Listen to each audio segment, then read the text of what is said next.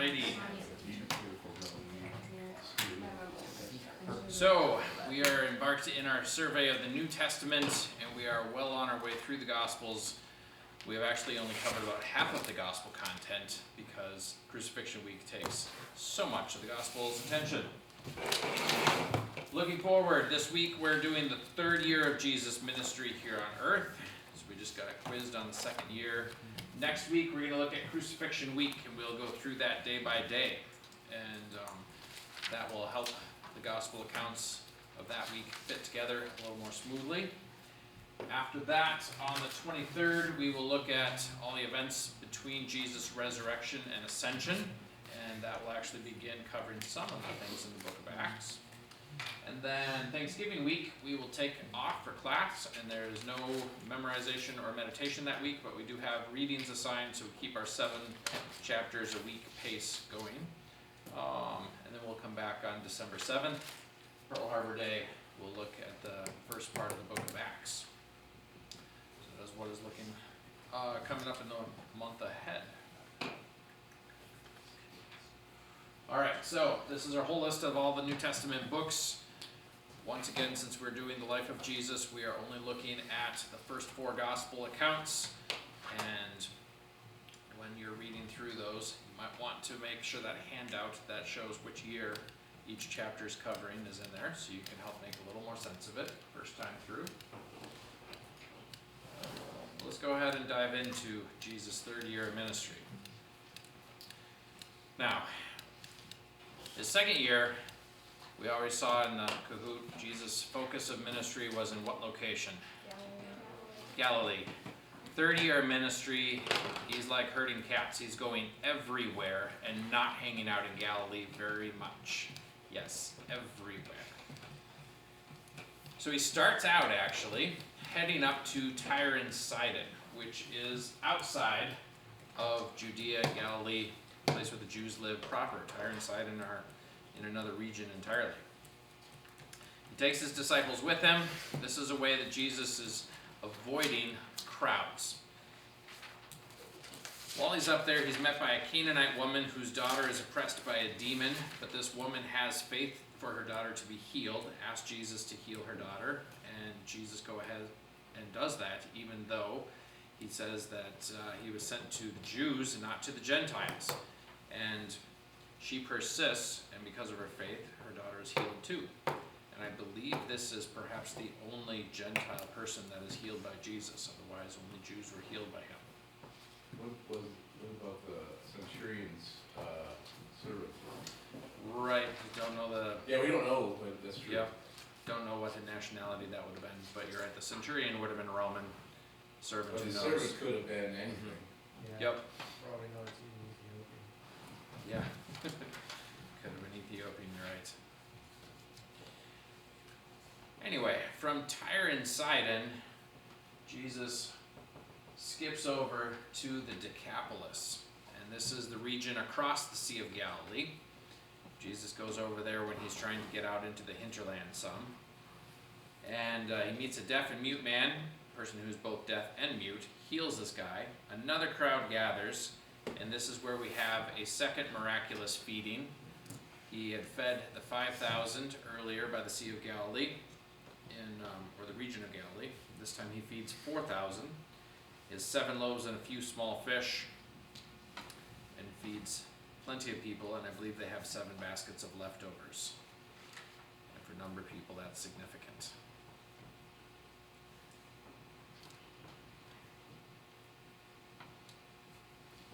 And moving on in Mark chapter 8, he goes to Magdala. This is the hometown of Mary Magdalene. She was from Magdala. Just like Jesus was a Nazarene, she was a Magdalene. When he's there, he's confronted by both Sadducees and Pharisees. They want a sign, and he doesn't give them any sign except for the sign of Jonah. Remember what the sign of Jonah was.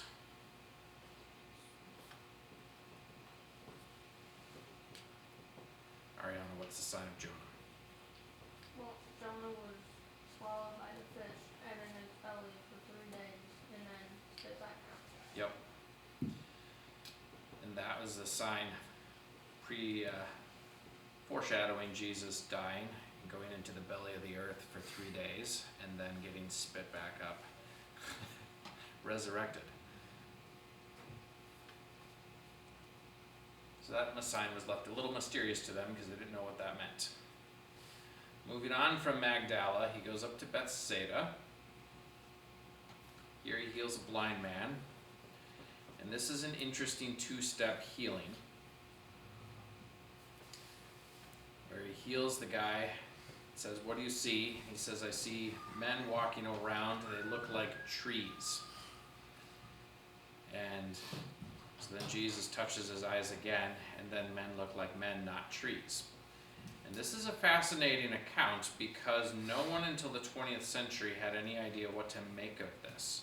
But in the 20th century, medicine advanced far enough where there were some people who lost their sight or were born without vision, and then later in life received their vision. Got a comment, Kai?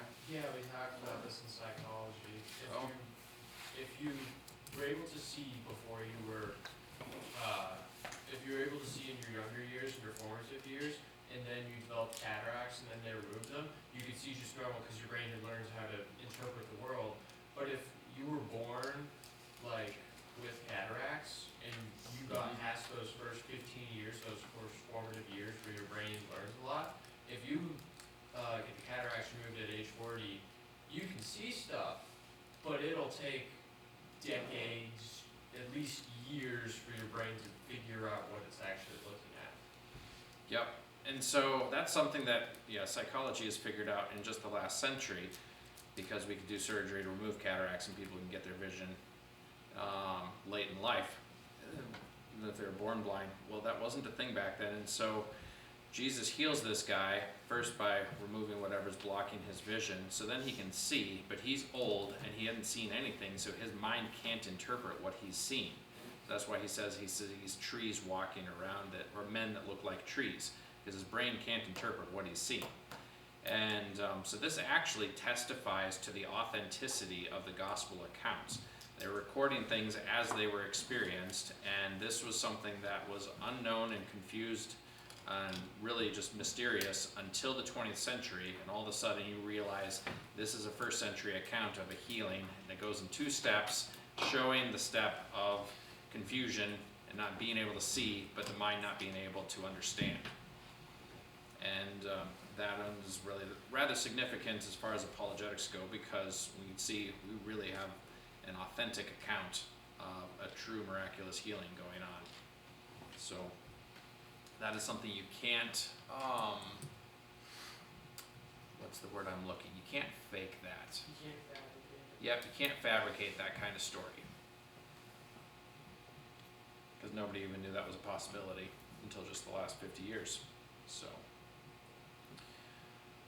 Alright, so Jesus in Bethsaida, I believe he's in Galilee, but he moves right on through Galilee and heads up to Caesarea Philippi. Caesarea Philippi is outside of Galilee, and this is on his way to Mount Hermon. While they're on the way up there, Peter confesses that Jesus is the Christ, and then Jesus predicts that he's going to die and be resurrected. Peter rebukes him because he doesn't think Jesus should die. Go figure.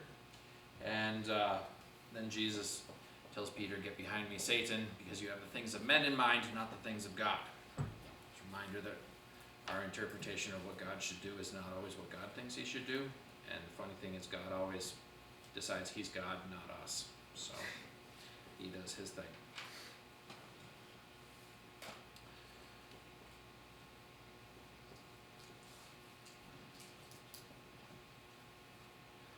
So then one of the more significant events that happens in the 3rd year of Jesus' ministry is the Transfiguration.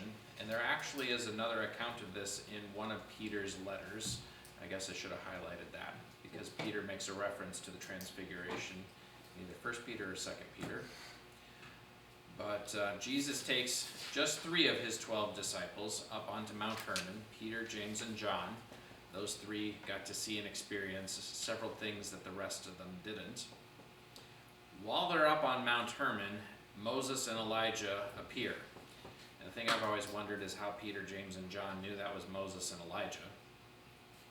Because it's not like they're announced by heralds, but somehow they knew that was Moses. Maybe they were. I suppose that maybe they were.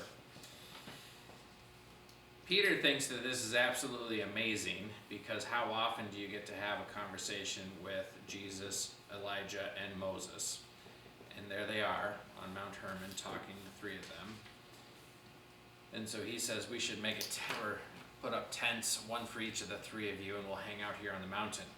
Then a cloud comes, and Jesus is completely blocked from view. He's glorified, becomes really bright and shiny. And then when the cloud disappears, Moses and Elijah are gone, and Jesus is back in his normal form.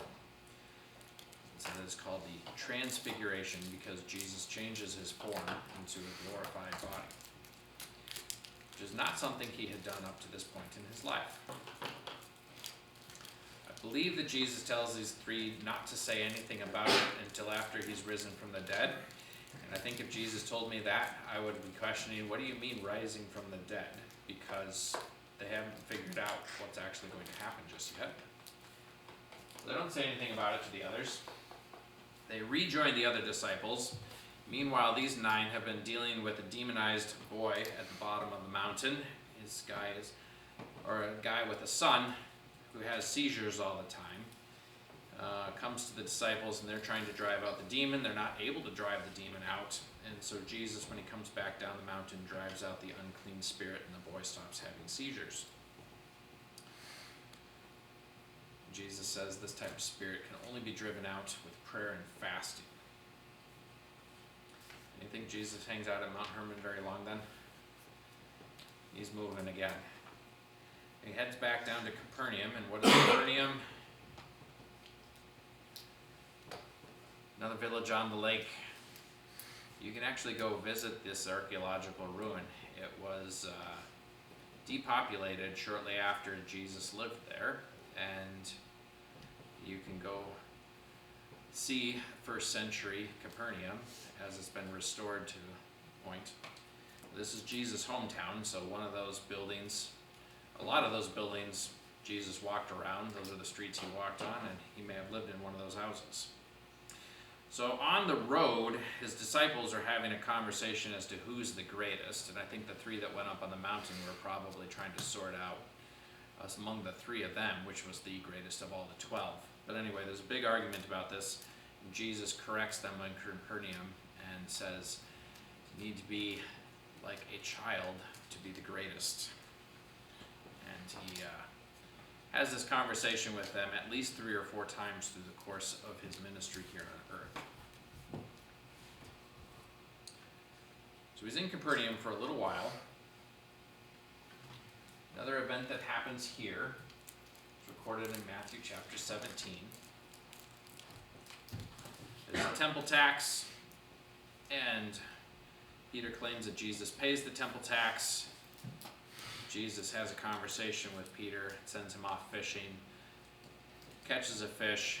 The fish has a coin in its mouth that covers both Peter's tax and Jesus' tax, so they don't offend anybody by Jesus not paying taxes. And then he starts teaching the disciples, and this is where we have the parable of the unmerciful servant, the main theme of which is how we need to forgive others as we have been forgiven.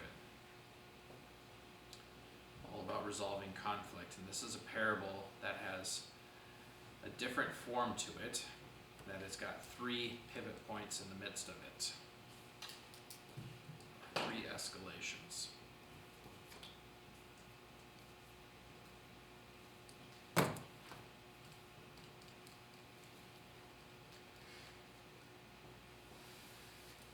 So about this time, it is time for the Feast of Tabernacles, which is a fall feast. And Jesus' brothers encourage him to go down to Jerusalem, but Jesus isn't inclined to go down to Jerusalem for the Feast of Tabernacles, at least not publicly. And so after everybody else has left town, Jesus finally leaves and shows up there secretly, not making a public entrance. And he has a good conversation in the temple area there once he makes his presence known.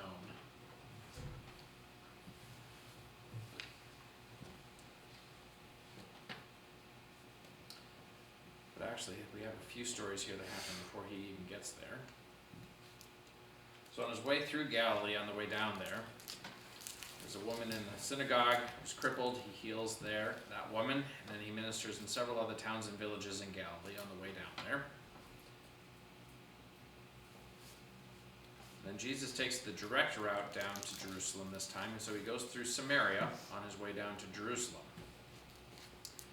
And here we jump from Luke 13 backwards to Luke chapter 9 and 10, because the book of Luke is not put together chronologically particularly well.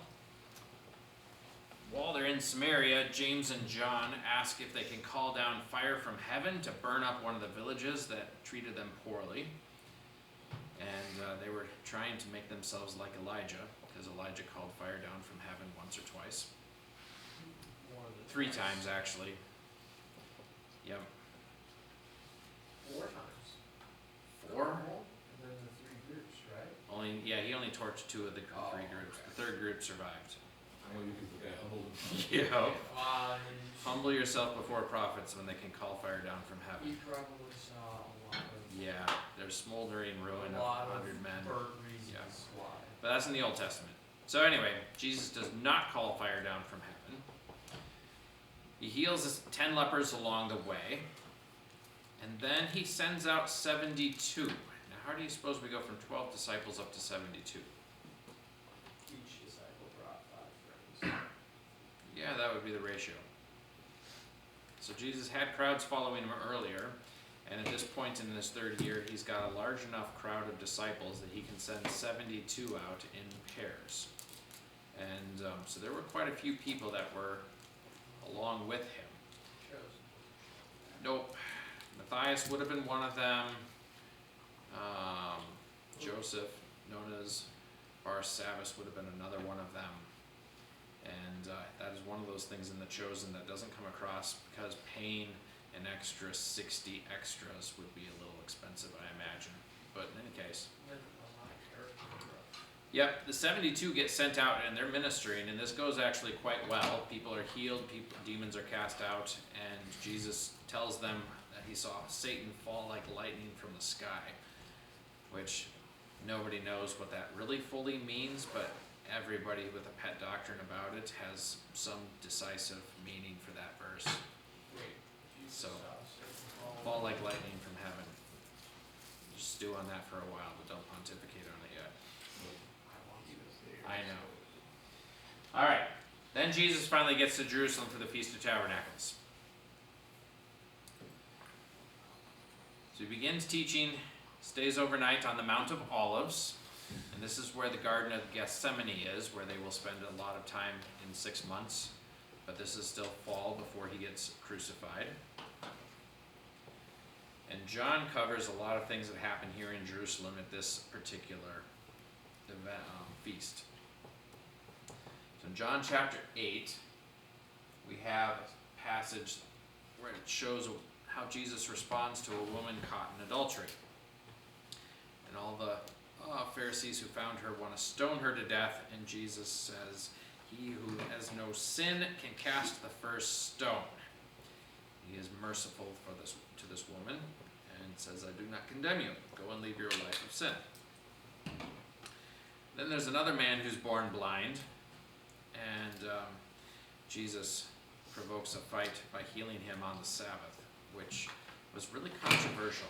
I don't think I would really argue too much if a miracle took place on the Sabbath if I were watching the miracle get taken place, but it was a big deal as to whether he was doing work or not doing work. Jesus disappears in the midst of this, and the guy who gets healed gets thrown out of the synagogue that he was in because they figure he must have been horribly sinful to have been born blind, but such is not the case. So then the other location that is on the Mount of Olives is the village Bethany, and this is where Mary and Martha and Lazarus live, and it's down around this feast time that Jesus visits with them. This may be the location he was staying while he was at the Feast of Tabernacles, because it was within easy walking distance of Jerusalem, kind of like a suburb.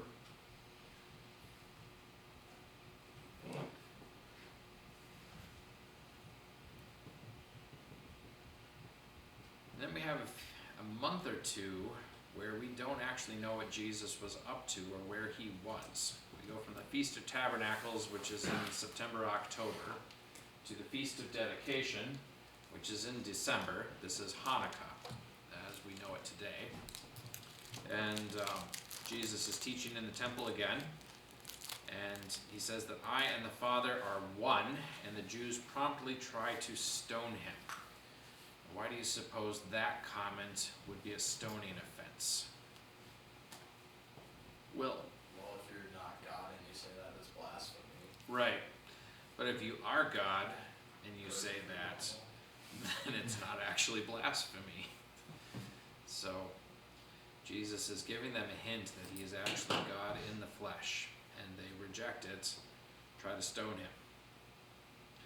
This is a turning point in Jesus' ministry, and from this point he starts staying away from crowds and out of Jerusalem as a rule of thumb. And it says that he leaves and goes across the Jordan, which is to the region Perea.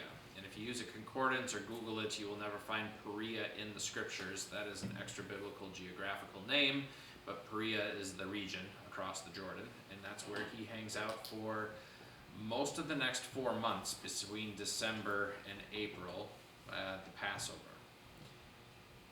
And of course, since he's over there, a whole bunch of people find him and they begin believing in him, because wherever he goes, he attracts a crowd. But there isn't a whole lot that is mentioned about this. And while he's over there, he gets word that Lazarus is sick. And this is actually pretty well depicted in The Chosen, if you watch those episodes. So Lazarus is sick. Jesus gets word. He delays returning back to Bethany for 2 days. Then he eventually does go, and when he gets there, they find that Lazarus has been dead for 4 days. So even if he hadn't delayed, they would have still gotten there and he would have been dead. And he's been so dead that they've actually buried him at this point. Jesus says to take him to the tomb, and he raises Lazarus from the dead. But this is just a stone's throw away from Jerusalem. The other people that Jesus had raised from the dead was a lot more rural in Galilee. Nain is a very small town. The daughter of Jairus was raised in Capernaum. Jesus threw out the cover story that she was just asleep and only sick and not actually dead.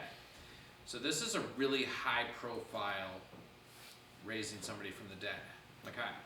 Isn't it also plausible that Lazarus and company was relatively wealthy, since one of them is just casually pouring ultra expensive perfume on Jesus' feet in a later or previous story?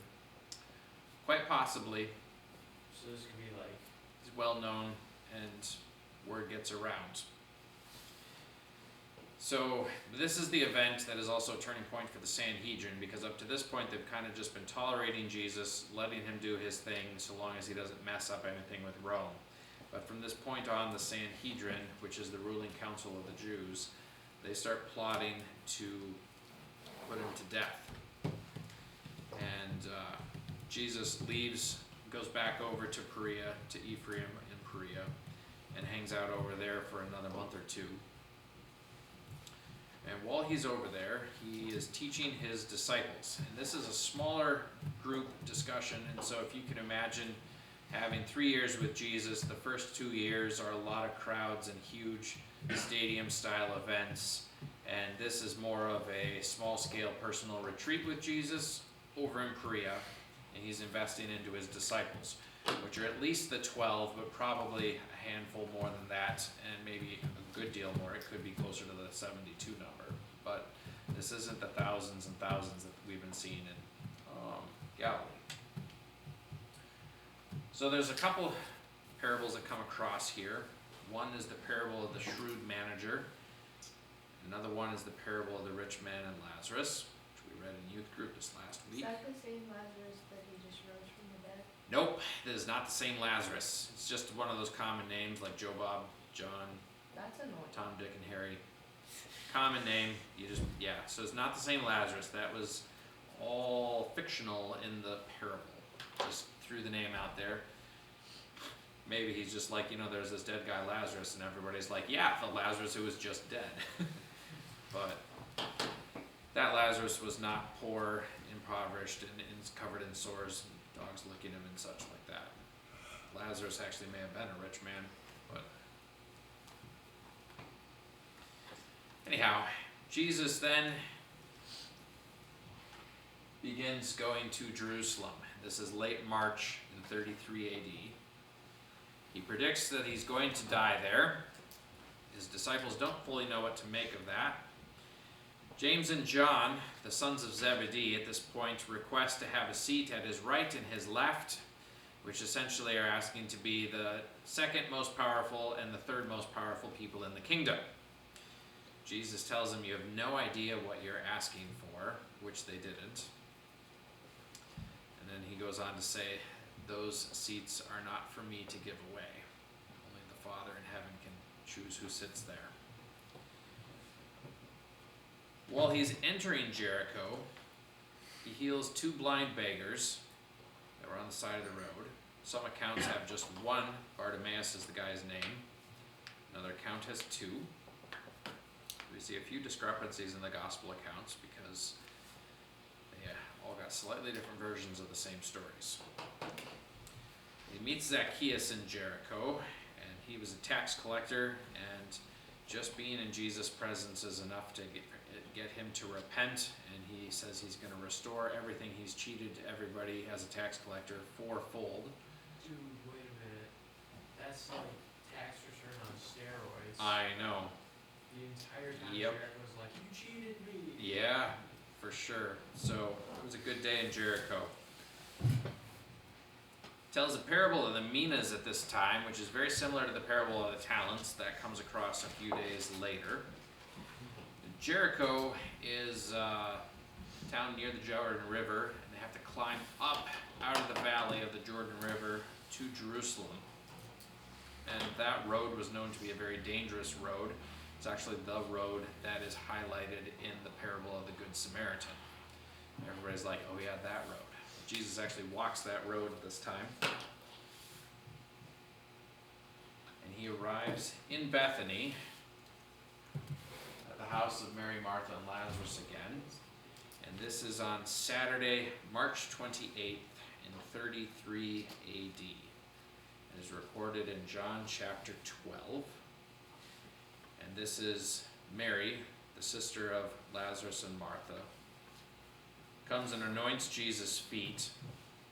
Judas Iscariot sees this as a horrible waste because she uses a bottle of perfume that would cost something to the equivalent of $40,000 today. It was half a year's wage, so whatever you think half a year's wage is, $30,000, $40,000, $50,000, $60,000, depending on what your parents make perhaps. But anyway, very expensive bottle of perfume. Pours the whole thing out on Jesus' feet to anoint him, and causes a big kerfuffle amongst the disciples and everybody there. Word gets around, people want to come see Jesus and Lazarus, because here you've got the one who raises him from the dead and the guy who was raised from the dead all in one spot. And at this point, the Jews in the Sanhedrin, they decide we got to kill this Lazarus fellow too. And this is just a handful of days before Jesus is crucified. So next week, we're going to pick up here and jump through Crucifixion Week on a day-by-day basis. I believe the readings in Luke this upcoming week are going to be covering Crucifixion Week. If you want, you could touch up on some of the other ones. Just doing a little bit of recap here. The discipleship plan of Jesus during the course of his third year of ministry is spend a lot more time with the disciples and far less time with crowds. He did have some crowd appearances for sure, but he was in the final stretch with his disciples and spending the focus of his ministry with them. And then he also sends them out on a second ministry trip. He had sent out 12, next time he sends out 72, so they're getting practice at doing this ministry thing, preaching the word and performing miracles and such. And then this is the list of the major signs that he performed in his 3rd year of ministry. Feeding 4,000, healing all kinds of people. Getting transfigured is the unique one perhaps, and raising Lazarus from the dead was a very significant event. Anybody have any questions off of Jesus' 3rd year of ministry?